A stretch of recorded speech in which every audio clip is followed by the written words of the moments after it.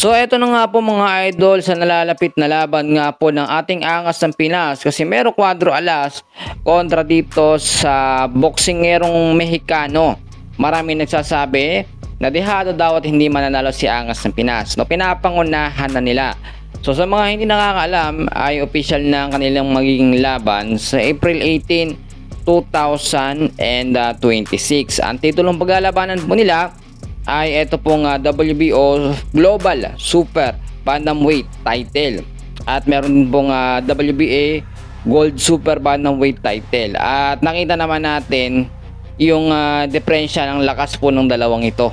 Marami nagsasabi na sa ngayon todo ensayo at so far condition ang pangangatawan po ng ating pambato na si Angas ng Pinas. Si Casimero Cuadro Alas po, sa mga hindi nakakaalam, sa ngayon ho ang kanyang record ay may 35 wins, may 5 talo at meron pong 24 KOs. At nakita naman natin kung ikukumpara nyo kay Luis Nery, meron 37 wins, meron 2 talo, ang 28 po doon ng KO. Pero para sa akin mga kaibigan, eto kasing pinaglalabanan nila o pinagtatalunan nila na si Casimero daw ay hindi makakaporma kahit hanggang 5 round, nagkakamali kayo. Ibang iba na po kasi ang galawan ngayon ni Casimero Angas ng Pinas at masasabi natin na sulit yung kanyang pag-iensayo at pagtitraining.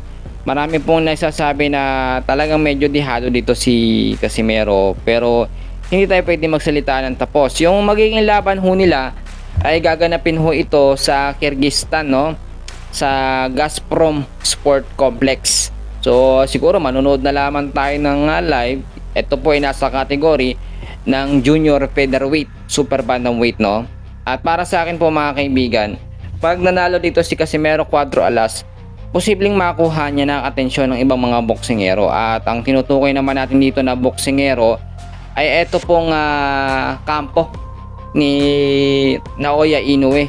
Si Naoya Inoue kasi hanggang ngayon hindi siya nagbibigay ng motibo na makaharap ito nga pong si Casimero Cuadro Alas. Kasi ang sinasabi niya sayang lang ang kanyang panahon kung lalabanan niya si Casimero ay hindi raw sila magka-level. Ang ka-level lang daw ni Angas ng Pinas ni Casimero Cuadro Alas ay tulad ni Luis Nery. Kaya nga madaling kasi yung laban nito. Actually dapat matagal na yung laban ng Angas ng Pinas, Casimero at kay Luis Nery. Pero kinukulang kasi ng mga sponsorship. Bago kasi mangyari yung mga mega fight o mga kahit sabihin maliliit na laban lamang junior featherweight, kinakailangan yan may mga magi-sponsor, no? Hindi naman yan basta-basta lang maglalabas ng pera ang World Boxing Organization.